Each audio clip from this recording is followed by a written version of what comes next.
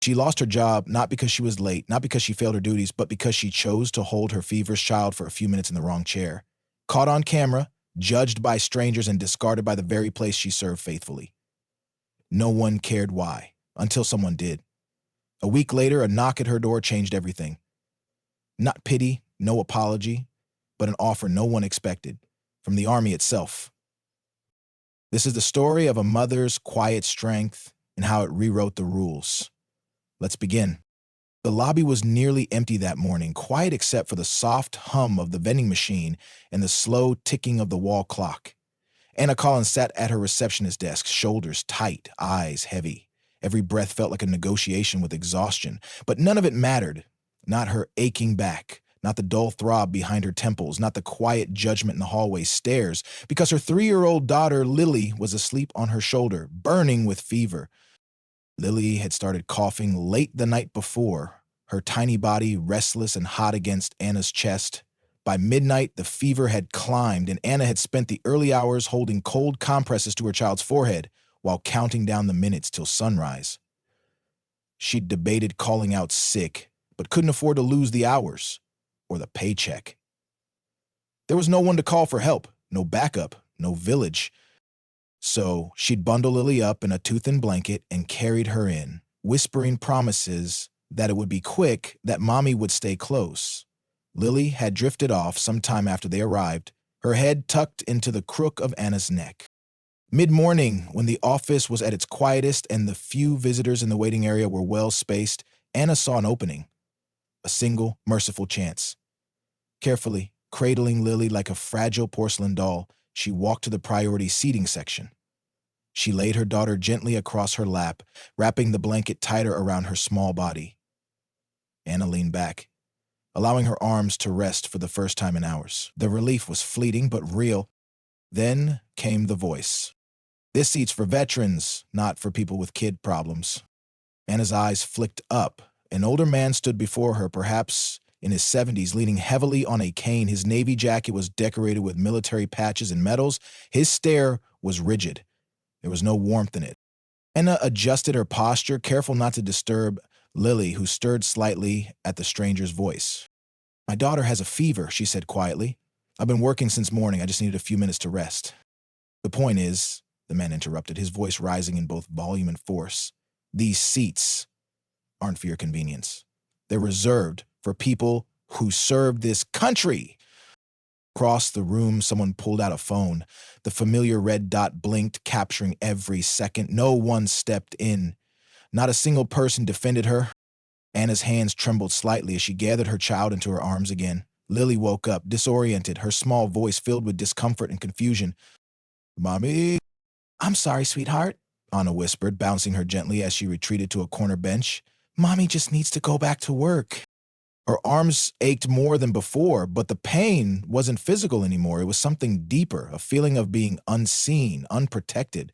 As she glanced back at the empty seats labeled "reserved for veterans," she wondered if being a mother in that moment meant she'd cease to matter at all. The office air felt colder than usual that afternoon. Anna sat across from the director in a room that suddenly felt too sterile, too quiet, like it was built not for compassion, but for judgment. Her daughter's backpack sat on the floor next to her feet, still zipped. Lily was curled up on a waiting bench outside, clutching her favorite stuffed bunny, too drained from her fever to do more than breathe softly. The director leaned back in his chair, fingers steepled, eyes hard. "Anna," he began, his voice formal, distant, "there have been complaints." She blinked. "Complaints?" "A video circulating, a veteran felt disrespected. Visitors are upset. The optics, frankly, they're unacceptable." "But I wasn't—" She tried to explain, but he raised a hand. "We can't have staff who disregard our values. You know the rules about priority seating. My daughter was sick. There was nowhere else for her to go. And then you should have called in sick yourself or arranged alternate childcare. That's what responsible employees do." The word responsible sliced through her like ice. She had done everything she could. She had shown up. She had worked through exhaustion. She had tried to protect her child and still serve others, but none of that mattered. Not here. "You're no longer a good fit for this organization." he said with finality. The termination letter was printed, signed, and slid across the desk without a pause. No questions asked, no second chances are offered, just a line drawn in permanent ink. Anna stood in a fog, picked up the backpack with numb fingers, and walked out without saying another word. There was nothing left to say. At the bus stop, the winter wind nipped at her face. She held Lily close, shielding the child's head from the cold with her scarf. The little girl stirred in her arms. "Mommy, did I get you in trouble?" she asked, her voice no louder than a sigh. Anna's breath caught in her throat. She crouched down so their eyes met. "No, baby, never. You could never be trouble to me." But her voice cracked, despite herself. As the bus pulled up, Anna sat down with Lily nestled beside her, her daughter's fever-damp hair sticking to her cheek. Her thoughts swirled like smoke. The rent due in 2 weeks, the bills piled high, the empty fridge at home. She had no partner to call, no family nearby, and now, no job. Back home that evening, she opened her laptop with shaky hands and started searching. Dozens of job applications filled the screen. Each one was sent with a hollow mix of hope and desperation. But the video had spread quickly, anonymously titled, "Entitled Mom Disrespects Veteran." There was no context, no explanation, just a clip, a judgment, and the unforgiving court of public opinion. No callbacks, no interviews, just silence. The next morning, Lily's fever began to break. Her cheeks still flushed, but the worst had passed. Anna should have felt relief. Instead, the fear only deepened. She was running out of time. On the counter, the final notice for their electricity bill stared back at her. She picked it up, stared at the due date, then laid it gently aside. There was no solution, just waiting. That night, Anna sat at the kitchen table long after Lily had gone to sleep, head in her hands. The world had judged her for choosing her child over policy and sentenced her without appeal. But even in the quiet darkness, she knew one thing. She would make it through. She had to. For Lily. Because if the world refused to see her strength, then she'd just have to build something they couldn't ignore. The knock came late on a Tuesday morning. Sharp, firm, deliberate. Anna flinched. For a moment, she feared it was the landlord or maybe another neighbor complaining. Lily was finally napping on the couch, a small towel folded under her cheek to catch the lingering sweat from her fever. Anna tiptoed to the door and peered through the peephole. A man stood outside, tall, straight-backed, dressed in a crisp Army service uniform. His cap was tucked neatly under his arm. His medals glinted in the sunlight. Panic surged in her chest. She opened the door only part way. "I haven't done anything wrong," she said quickly, instinctively placing her body between the man and the child sleeping behind her. "I was just trying to—" The man raised his hand, not in authority, but in peace. "Miss Collins," he said gently, "I'm Captain Matthew Reyes with Army Personnel Command. May I speak with you for a moment?" And he hesitated, heart racing. She never had an officer at her door before. She only ever seen them on the base years ago, when she used to meet her husband during brief visits. She opened the door fully, uncertain. Captain Reyes offered her a sealed envelope. The official insignia on the front made her hands tremble. "I was there," he said, his voice lower now, "at the Veterans Center that morning. I was seated in the far corner." Anna blinked, confused. "I saw everything," he continued. "I didn't step in. I regret that more than I can say." Anna's hands tightened around the envelope. She glanced toward Lily, still fast asleep. Captain Reyes went on, his voice steady, sincere. "After you were dismissed, I asked to review the footage in your personnel record. What I found was a woman with spotless attendance, glowing reviews, and a reputation for being compassionate, especially with veterans' families." He paused. "The Army is launching a new pilot initiative. We're recruiting civilian advisors to support military families, particularly spouses and children during deployments. We believe you would be an ideal candidate." Anna shook her head slightly, unable to process what he was saying. "But I was fired for disrespecting a veteran." Captain Reyes met her gaze, unwavering. "You weren't disrespecting anyone. You were being a mother, and that's exactly the kind of strength our soldiers' families need." Her breath caught. This is some kind of PR thing, isn't it? A way to clean up the mess?" He shook his head. "This isn't about headlines. This is about doing what's right. You did what every parent would have done, but most wouldn't have had your grace under fire." He handed her a business card. "The role is based at Fort Hamilton. You'll have access to childcare, housing support, and health care. You don't have to decide now. Just think about it. As he turned to leave, he paused, as if remembering something. And one more thing. Anna looked up. The elderly veteran from that day, his name is Sergeant Major Howard Wilkins. 40 years of service when he learned about your story. He's the one who recommended you. The world fell quiet for a moment. Anna stood at the doorway long after the military vehicle disappeared down the road. Her daughter stirred on the couch, rubbing her eyes, still too young to understand the gravity of what had just happened. But Anna understood. For the first time in days, she felt the faintest flicker of something she thought she'd lost. Hope. Not just in the form of a job offer, but in the idea that someone had seen the truth and chosen to believe in her anyway. A week later, Anna stood at the gates of Fort Hamilton with Lily's hand tightly in hers. There was no uniform on her back, no rank stitched to her chest, just a steady heartbeat of a mother walking into something new. The guard at the gate didn't ask for identification. Instead, he straightened and offered a salute. "Miss Collins," he said, opening the gate, "we've been expecting you. Captain Reyes is inside at the family center."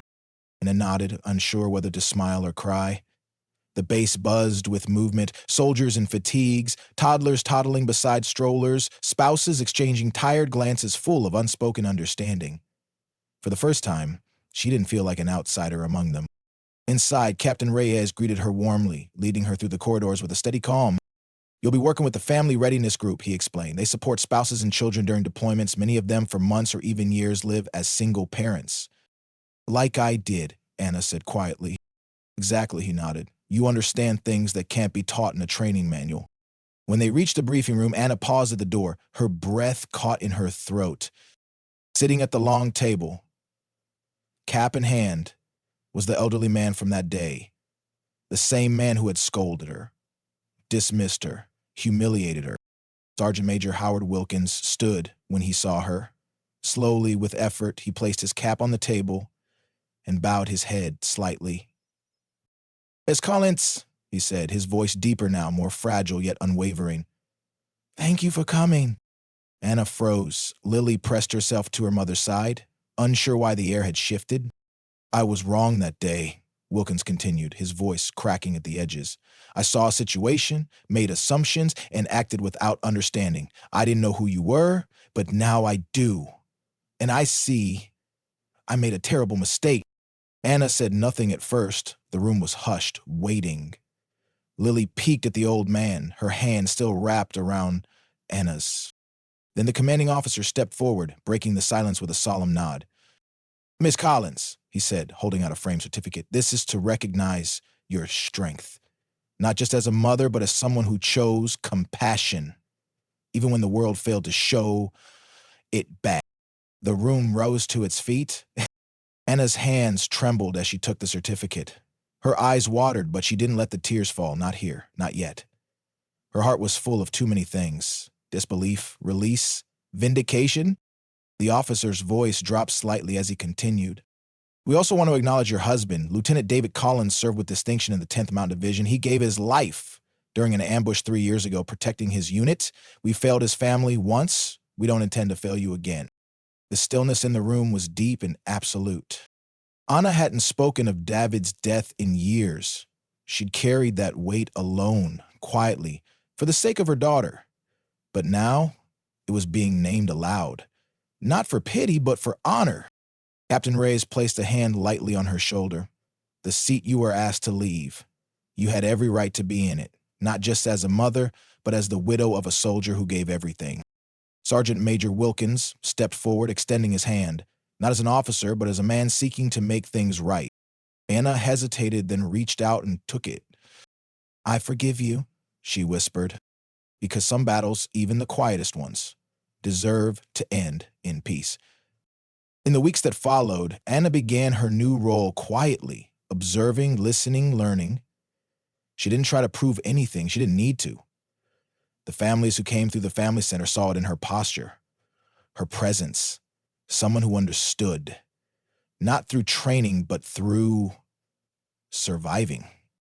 At her desk, she'd greet spouses juggling diaper bags and deployment packets. Some had toddlers clinging to their legs. Others wore expressions Anna recognized from her own reflection not long ago: fear, fatigue, guilt. She welcomed them all the same. Slowly, word began to spread, not about the viral video or the scandal, but about what came after. About the woman who always kept a chair beside her desk for a parent who needed to hold their child while signing forms. About the staffer who never judged late arrivals or tear-streaked cheeks. About the advisor who asked, "Are you okay?" and actually meant it.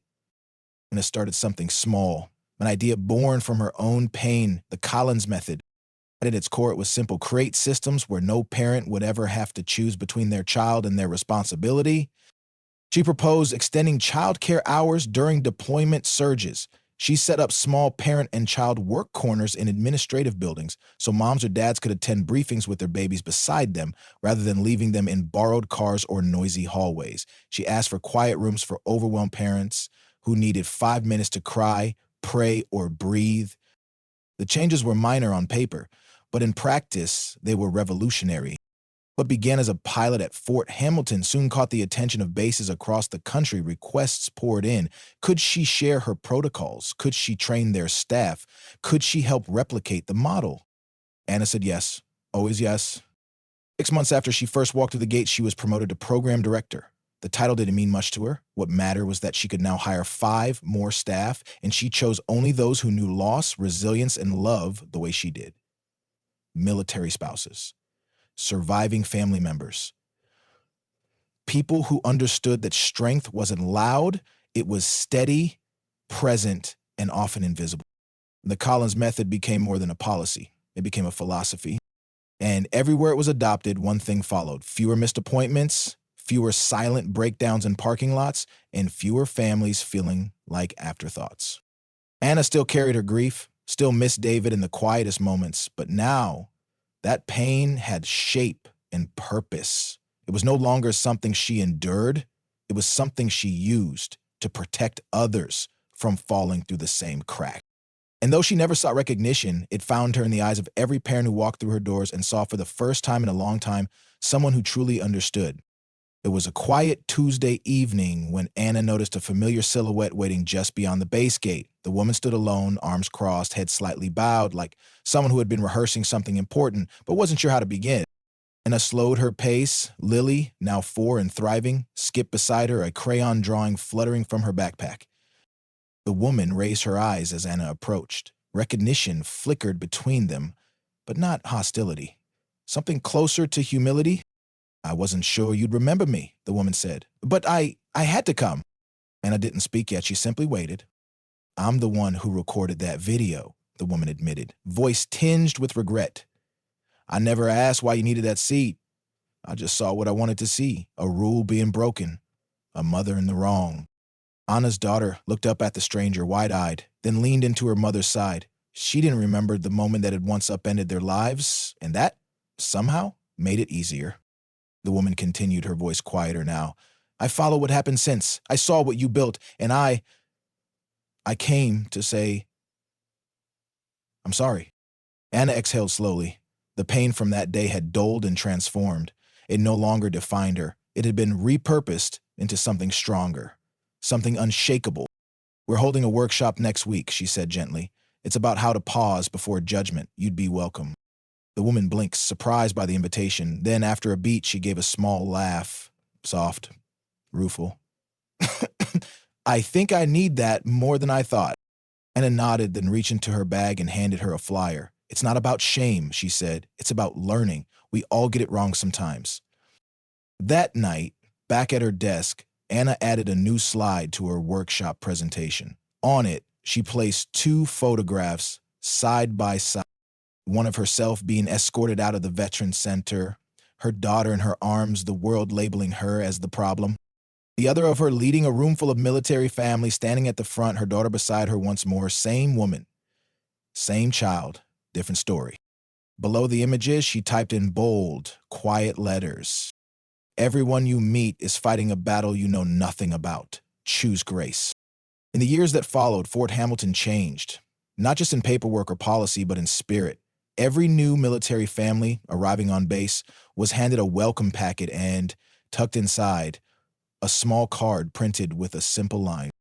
"This base operates under the Collins philosophy. Strength is not who stands alone, but who carries others when they cannot walk." Anna never asked for that line to be printed. It wasn't her idea.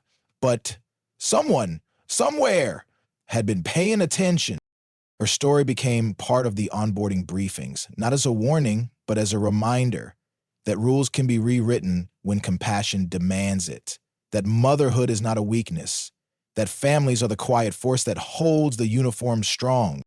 By then, the Collins method had expanded to a dozen other installations. It had no logo, no flashy slogan, just results. Higher retention of military spouses, reduced emotional distress among children during deployments, a marked drop in absenteeism due to family emergencies. But for Anna, the real proof came in small moments. A father with twins strapped to his chest, completing paperwork while sitting in one of her parent and child's workspaces. A teenage girl waiting for her mother to return from deployment stopped by just to say thank you for making this feel less scary. A young mother who burst into tears in Anna's office after finally admitting she hadn't slept in 3 days and found nothing but empathy waiting for her. Anna no longer needed validation. She didn't chase headlines. She turned down all interview requests. The only public statement she ever released was the one pinned to the hallway wall outside the family center. I don't need recognition. I just need my daughter to know that doing the right thing is never wrong. One evening, after locking up, Anna returned home to find a package waiting on her doorstep. Inside was a custom-made wooden plaque. Carved into it are the words, "Family's our strongest defense." Taped beside it was a photograph of her late husband, Lieutenant David Collins, in uniform, smiling, young, proud, and beneath the photo, a handwritten note. From the veterans who understand what true service means, welcome home, Collins family. Signed by 40 names, including one in careful cursive. Howard Wilkins. Anna placed the plaque above her desk. That weekend, Lily, now taller, stronger, and endlessly curious, asked her mother why people always came to her when they were hurting. Anna smiled softly, brushing her daughter's hair from her face. Because sometimes, she said, when the world is loud and unfair and complicated, someone has to hold the light steady, even if their hands are shaking. And Lily, who once had to sleep feverish in her mother's lap in a too-bright waiting room, nodded as she understood. Maybe she did. Because the truth was this. The world had taken Anna's seat. But in return, she had built something so much bigger, a place no one could take from her again.